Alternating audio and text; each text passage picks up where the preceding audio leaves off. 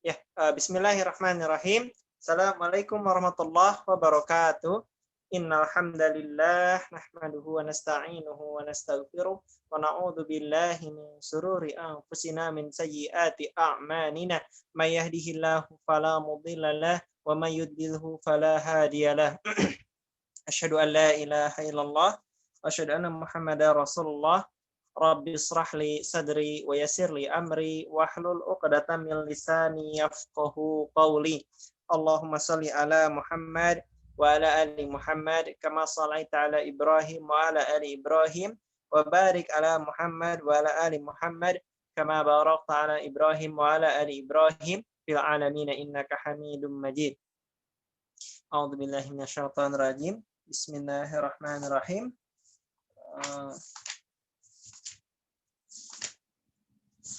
Jadi salah satu bahasan kita pada hari ini adalah isi surat Al-Hasyr. Al-Hasyr juz 28 ya, yaitu tentang pengusiran Bani Nadir.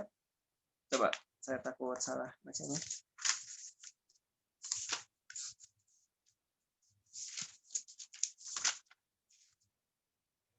Ya. A'udzubillahi minasyaitonir rajim. Bismillahirrahmanirrahim. Sabbaha lillahi ma fis samawati wa ma fil ard wa huwal azizul hakim.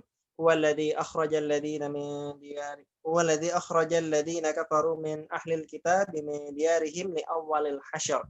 Jadi ini ya salah satu insyaallah kisah yang akan dibahas adalah kisah dalam surat Al-Hasyr, surat terkait dengan pengepungan. Jadi bagaimana orang Yahudi ini dikepung di awal-awal, ternyata sudah menyerah dan akhirnya keluar menyerah kepada Rasulullah Shallallahu Alaihi Wasallam. Baik, kemarin sudah kita jelaskan ya, ada peristiwa yang sangat menyedihkan.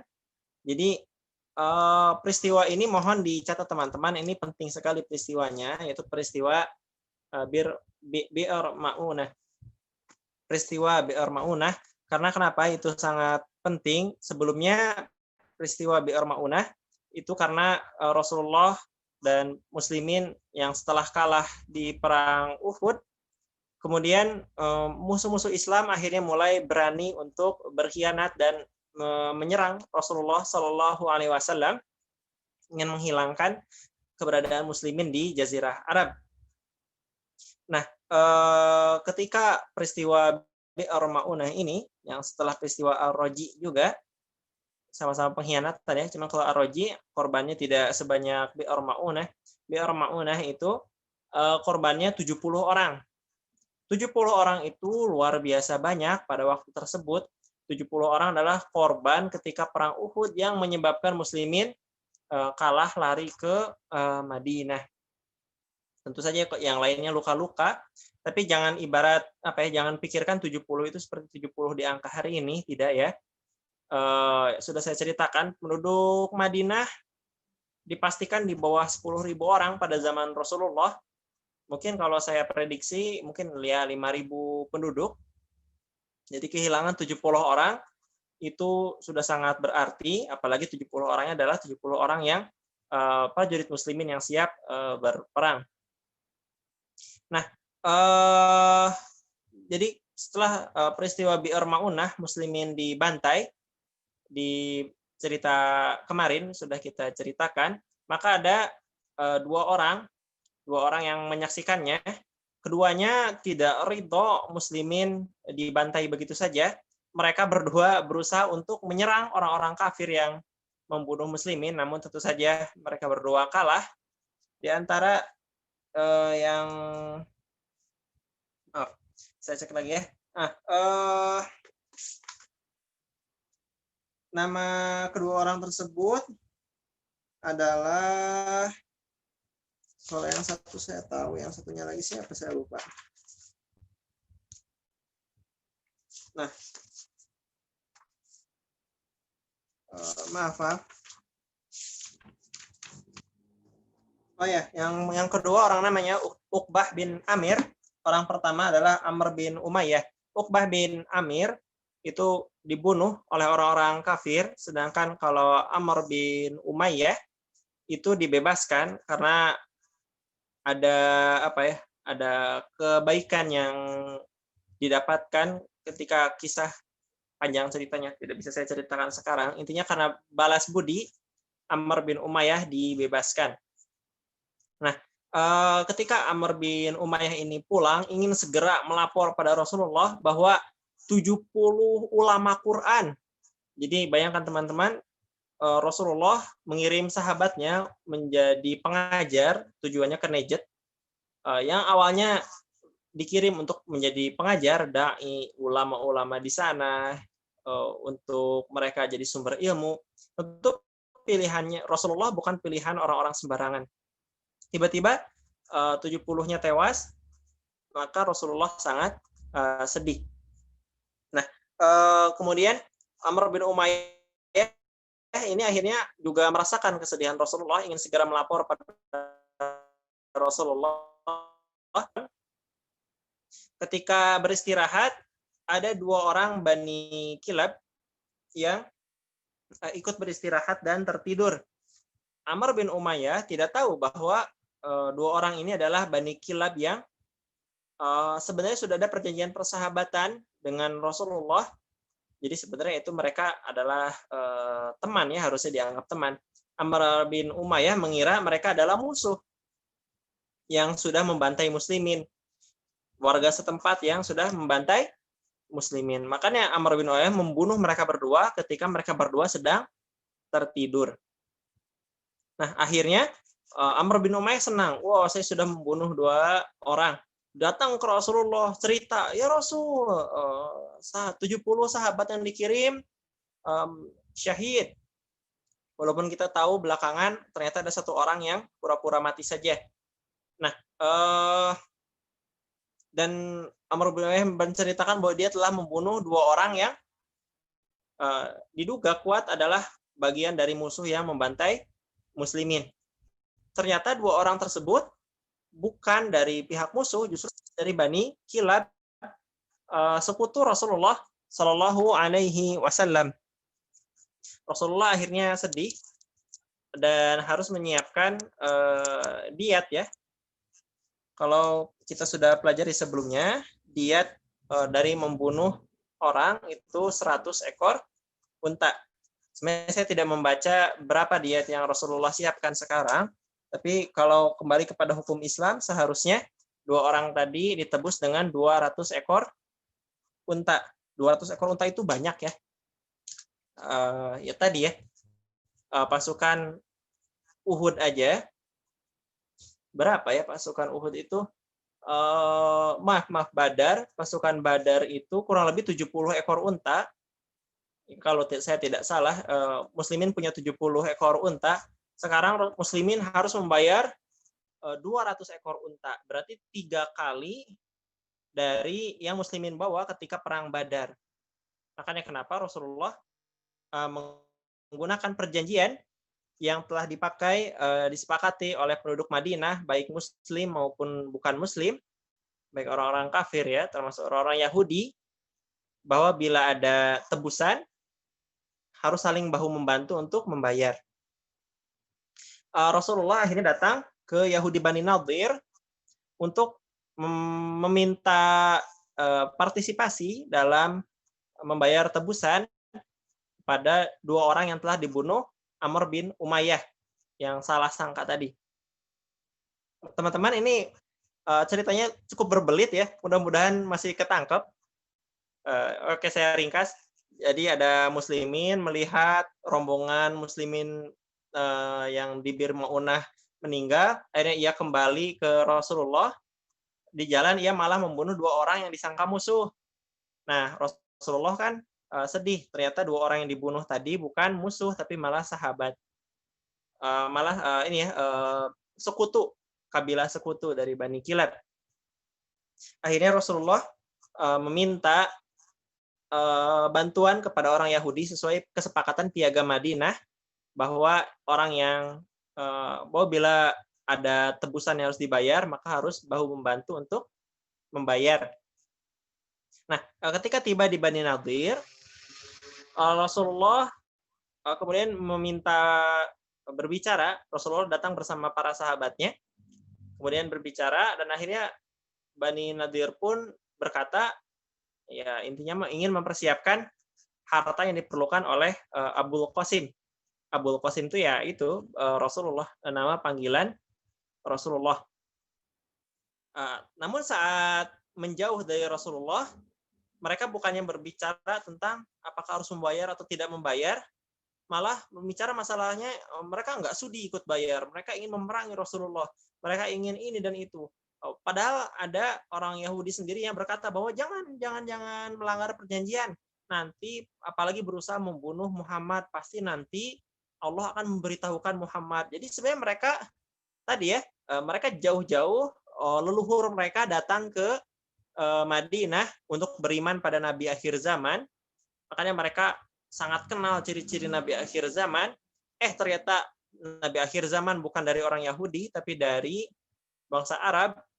Makanya mereka mengingkari Rasulullah, sederhananya karena Rasulullah bukan Bani Israel.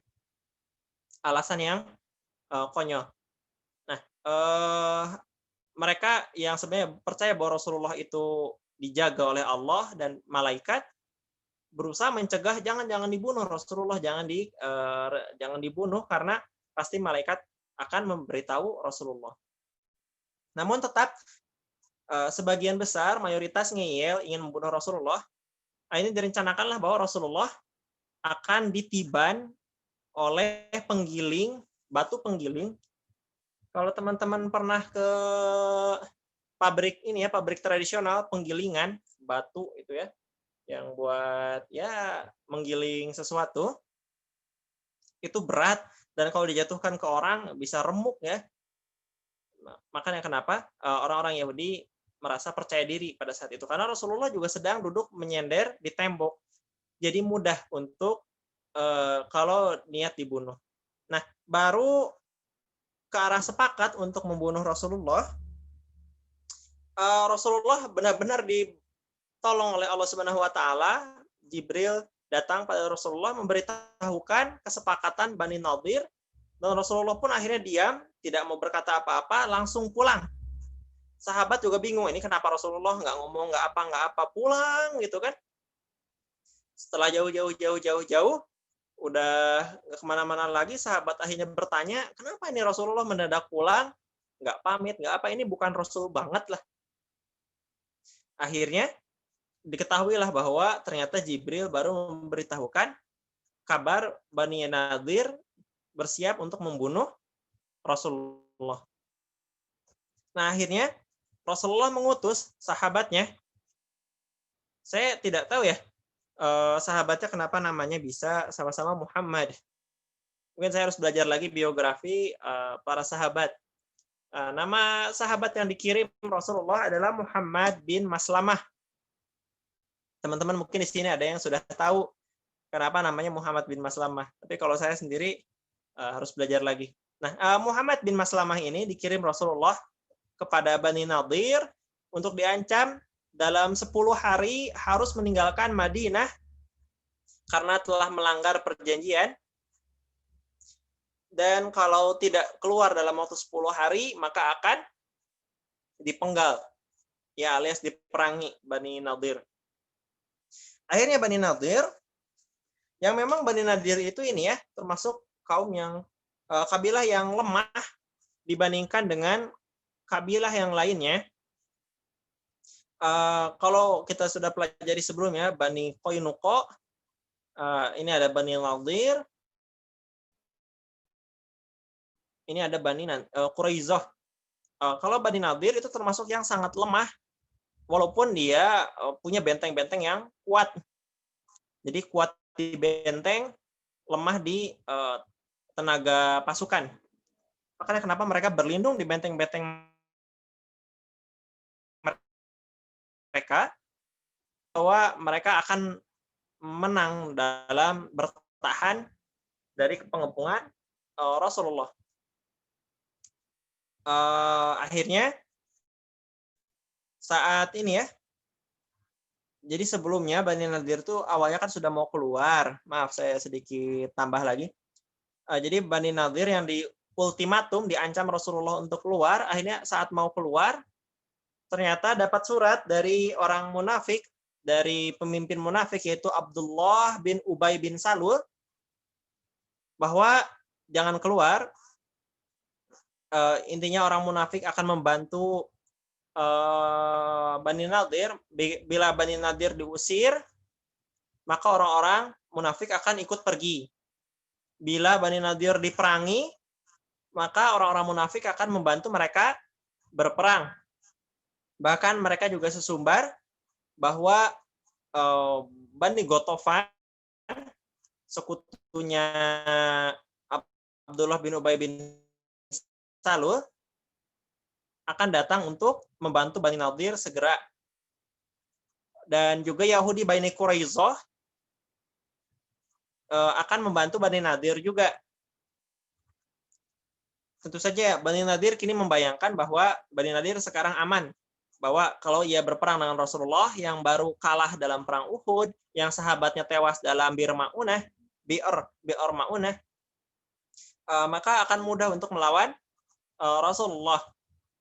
Dan ketika Rasulullah datang mengepung mereka, Bani Nadir merasa percaya diri ya, bahwa nanti datang Bani Gotofan, datang orang-orang munafik, datang Bani Quraizoh, bahkan mungkin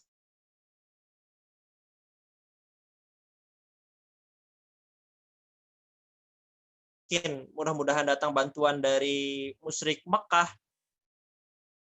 Ketika Rasulullah datang dengan pasukannya, semua janji-janji itu bohong belaka. Bahwa orang munafik tidak ikut membantu Bani Nadir. Bahwa Bani Quraizoh, Bani Gotofan tidak datang membantu sama sekali. Jadi udah, Bani Nadir sekarang sendiri melawan Rasulullah. Ini hanya akal-akalan orang munafik saja ya, untuk menyulitkan Rasulullah. Nah, seingat saya Rasulullah membawa pasukan yang benderanya dipegang oleh Ali bin Abi Thalib. Nah, akhirnya setelah dikepung, karena Bani Nadir juga sudah putus asa ya, Allah memasukkan ketakutan yang dahsyat kepada Bani Nadir. Sudah memang Bani Nadir tidak ada yang membantu, mereka juga aslinya lemah, dan Allah kirim bantuan dengan rasa takut. Jadi salah satu, ini sedikit tambahan, salah satu pertolongan Allah yang paling yang dijanjikan kepada muslimin, khususnya pada Rasulullah dan tentu saja pada pasukan yang ditolong Allah, adalah musuh ditimpakan ketakutan yang dahsyat sebulan sebelum berperang. Makanya kenapa Rasulullah, nanti akan saya ceritakan ya peristiwa yang berikutnya, seperti peristiwa perang Badar kedua. Sebenarnya tidak ada perang ya, cuman istilahnya para ulama menyebutnya perang Badar kedua. Itu musuh bahkan tidak jadi menyerang Rasulullah, sederhananya karena takut. Nanti juga ada perang Hunain, musuh mundur begitu saja karena takut. Jadi memang rasa takut itu luar biasa dahsyat. Nah, kembali lagi ke Bani Nadir, karena mereka takut, akhirnya Bani Nadir pun setelah 5 atau 6 hari dikepung, mengirim kepada Rasulullah, bahwa mereka intinya mengirim pesan pada Rasulullah bahwa Bani Nadir sekarang siap keluar dari Madinah. Dan akhirnya Bani Nadir pun diizinkan untuk keluar, bahkan lengkap dengan keluarganya, dengan dengan harta yang bisa dibawa sebanyak yang bisa dibawa oleh unta mereka. Akhirnya Bani Nadir yang sebenarnya tidak ridho ya dengan, ya tentu saja siapa yang ingin diusir, yang tidak suka dengan pengusiran tersebut, yang mencintai hartanya dengan sangat, mereka membawa semua yang mereka bisa bawa. Rasulullah hanya melarang senjata untuk dibawa ya.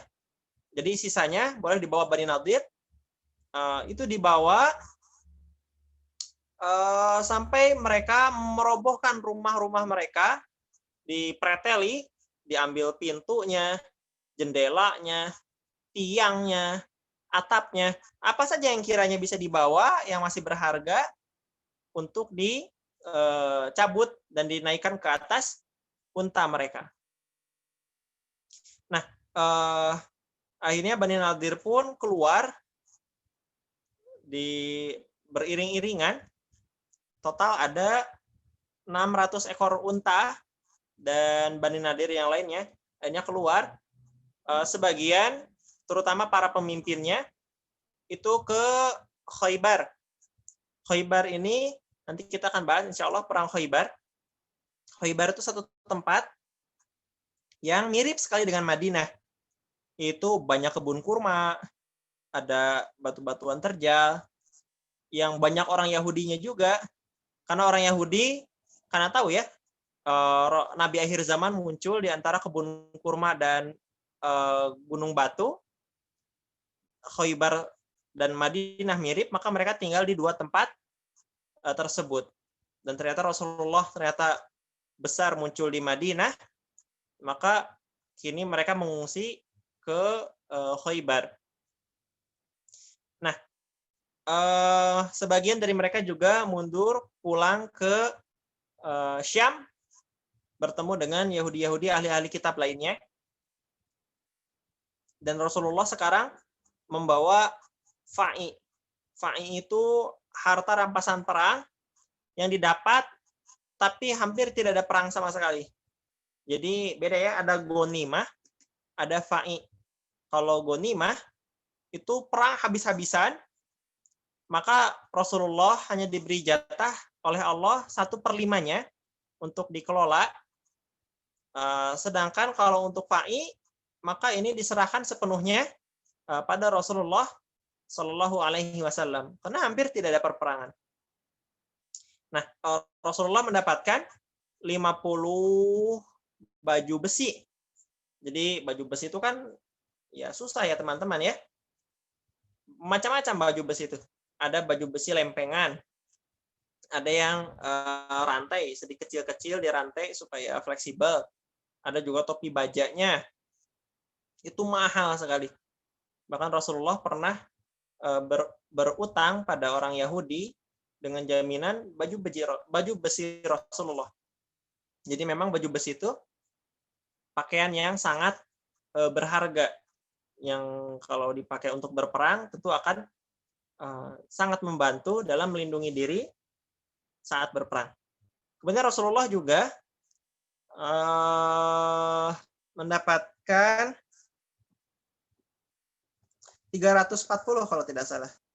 Ya, 340 bilah pedang yang semua senjata itu disimpan Rasulullah untuk jihad berikutnya. Oke. Oh iya, di sini Rasulullah membagikan harta rampasan perang tersebut kepada orang-orang muhajirin. Ya teman-teman sudah tahu lah, muhajirin itu keluar dari Mekah nyaris tidak membawa harta. Jadi mereka dipastikan mayoritasnya miskin. Dan juga diberikan kepada beberapa ansor. Di antaranya adalah Abu Dujanah. Karena Abu Dujanah adalah pahlawan Islam, padahal dia sangat miskin. Akhirnya dibantu oleh Rasulullah lewat harta rampasan perang yang didapatkan dari perang Bani Nadir. Jadi perangnya sebenarnya nggak begitu seru ya. Tapi kisahnya menunjukkan kepada kita bahwa muslimin kalau sudah bersatu, sudah kuat, teguh di jalan Allah, maka musuh yang sebenarnya lebih banyak, mereka sendiri sebenarnya berpecah belah. Jadi bersatulah muslimin. Nah, balik lagi, Rasulullah juga mengambil bagian yang untuk mencukupi nafkah kebutuhan keluarga Rasulullah dalam waktu 1 tahun. Jadi itu ya, jadi sudah jelas pembagiannya. Sebagian besar kepada muhajirin, ada yang kepada kepada ansor, dan ya, sisanya dipakai untuk nafkah Rasulullah dan keluarganya selama 1 tahun. Iya.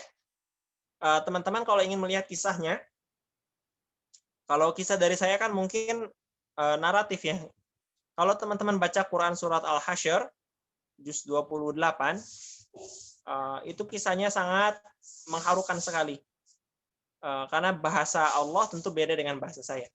Bahasa Allah, bahasanya sangat indah, sangat mengocok perasaan. Oke, ini ada pertanyaan. Ya, bagus. Silakan bertanya. Sudah waktunya bertanya. Ustadz, apakah Yahudi yang tinggal di Madinah hanya Bani Nadir? Artinya setelah Bani Nadir terusir, maka tidak ada lagi Yahudi yang hidup di Madinah? Begitu? Hanya Muslim saja? Nah, begini. Bahwa ada tiga kabilah Yahudi yang besar di Madinah. Yang pertama adalah Bani Qainuqa. Mereka yang di awal belum apa-apa sudah mengajak ribut muslimin. Sudah kita bahas ya. Ada orang pedagang emas dari Bani Qainuqa yang mengikat pakaian bawah muslimah ketika sedang jongkok ke pakaian atasnya, sehingga saat berdiri maka ya aurat muslimah tersebut terbuka, dan akhirnya terjadi konflik. Akhirnya muslimin ada yang dibunuh, Yahudi yang tadi jahil juga dibunuh. Akhirnya berperang, akhirnya Bani Qainuqa diusir. Bani Nadir juga sama, dia berniat membunuh Rasulullah karena gagal dan diperangi, akhirnya diusir. Nanti kalau Bani Quraizoh itu lebih banyak lagi ya. Berapa saya lupa. 600 pasukan Bani Quraizoh. Ya, nah nantilah saya cek lagi insya Allah ya. Kalau tidak salah ada 600 itu dihukum mati oleh Rasulullah karena berkhianat nanti di perang Ahzab atau perang Khandaq. Ahzab itu perang sekutu, ketika nanti seluruh jazirah Arab bersatu, timbullah 10.000 pasukan nanti mengepung Madinah. Di saat-saat kritis Bani Quraizoh malah memunculkan permusuhannya. Oke, ada pertanyaan lagi. Kita baca. Masya Allah, teman-teman terima kasih ya. Saya senang lihat banyak yang hadir. Salah satu kebahagiaan saya bahwa banyak peserta hadir. Bismillah, afwan Ustadz izin bertanya, lalu diat tebusan itu kelanjutannya bagaimana Ustadz? Ya tentu harus dibayarkan. Tidak, ya saya sebenarnya tidak tahu persis kejadian seperti apa, tapi saya yakin pasti Rasulullah membayarkan diat tersebut karena nggak ada hubungan ya dengan Bani Nadir sebenarnya. Ini hubungan antara muslimin Rasulullah di Madinah dengan Bani Kilab yang sudah menjadi sekutu dalam perjanjian damai. Dan Rasulullah SAW bersabda, al-mu'minu ala syurutihim. Orang-orang Islam itu atas perjanjian-perjanjian mereka. Jadi jangan sembarangan buat kesepakatan, buat perjanjian, itu harus kita taati. Ya karena itulah al-mu'minu ala syurutihim. Al-mu'min apa al-muslimu ya? Ya saya takut salah, tapi intinya orang Islam atau orang beriman itu atas kesepakatan mereka. Baik. Ada lagi pertanyaan? Apa tidak? Coba ya, kita tunggu sebentar. Saya lihat berapa yang hadir. Oh, alhamdulillah ada 10 orang. Padahal sudah malam, teman-teman. Terima kasih ya. Baik, sambil menunggu pertanyaan, mari kita seperti biasa bersolawat. Dan ingatlah teman-teman, bahwa benar yang diviralkan oleh banyak orang di Indonesia, bahwa innallaha wa malaikatahu yusholluna 'alan nabi ya ayyuhallazina amanu shallu 'alaihi wa sallimu taslima. Sesungguhnya auzubillahi minasyaitonir rajim, bismillahirrahmanirrahim. Sesungguhnya Allah itu innallaha dan malaikatnya itu bersalawat pada nabi. Nabi ya ayyuhallazina, dan wahai orang-orang yang beriman, bersalawatlah dan salim, sallu alaihi wasallimu taslima, dan salawatlah dan salamlah dengan taslim ya, dengan apa ya, dengan keselamatan. Nah, jadi memang itu perintah Quran. Kita bersalawat, salawatnya dengan salawat yang sudah masyhur, yang disepakati bahwa ini dari Rasulullah Shallallahu Alaihi Wasallam. Nanti kita bersalawat dengan salat Ibrahim ya. Allahumma sholli ala Muhammad wa ala ali Muhammad kama sholaita ala Ibrahim wa ala ali Ibrahim wa barik ala Muhammad wa ala ali Muhammad kama barakta ala Ibrahim wa ala ali Ibrahim fil alamin innaka Hamidum Majid. Tidak ada pertanyaan ya. Baik, kita tutup dengan istighfar terlebih dahulu. Astagfirullahaladzim, astagfirullahaladzim, astagfirullahaladzim. Kita tutup dengan hamdalah. Alhamdulillahirabbil alamin. Mudah-mudahan teman-teman di sini semua reuni, kita semua ya, insya Allah reuni di surga Firdaus, surga yang paling tinggi, paling tengah, sumber mata air segala surga, di bawah arsy-Nya Allah, bersama para nabi, para rasul, as-siddiqin, asyuhada, as-sabirin. Mungkin saya belum tahu, belum kenal secara pribadi teman-teman satu persatunya seperti apa, tapi insya Allah teman-teman mengenal saya, dan Allah insya Allah wa kafa billahi syahida, dan cukuplah Allah sebagai saksinya. Mudah-mudahan kita nanti di surga Firdaus berkumpul dengan alasan kita pernah bermajelis bersama, mengingat Rasul kita, Nabi kita, Muhammad Sallallahu Alaihi Wasallam. Kita tutup dengan doa kifaratul majelis. Subhanakallahumma bihamdika, asyhadu an la ilaha illa anta, astaghfiruka wa atubu ilaih. Oh ya, dan jangan salah sangka ya, bukan berarti saya memusuhi atau tidak suka dengan salawat-salawat yang dimuat dalam berbagai macam syair yang dibacakan oleh banyak orang. Tidak. Selama artinya benar, selama sesuai syariat, salawat dalam bentuk apapun pada Rasulullah, itu insya Allah baik-baik saja. Cuman tentu kita mengedepankan yang paling rajih terlebih dahulu. Terima kasih. Assalamualaikum warahmatullahi wabarakatuh. Jazakallahu khair semuanya. Terima kasih ya.